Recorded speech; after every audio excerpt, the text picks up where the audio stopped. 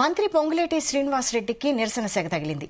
అది కూడా సొంత జిల్లా కొత్తగూడెంలో మంత్రి పొంగులేటి కాన్వాయ్ను అడ్డుకునేందుకు సమగ్ర శిక్ష ఉపాధ్యాయులు ప్రయత్నించారు. ప్లకార్డులు పట్టుకుని నినాదాలు చేశారు. దీంతో పోలీసులు వారిని అడ్డుకుని మంత్రి కాన్వాయ్ని అక్కడి నుంచి తరలించారు.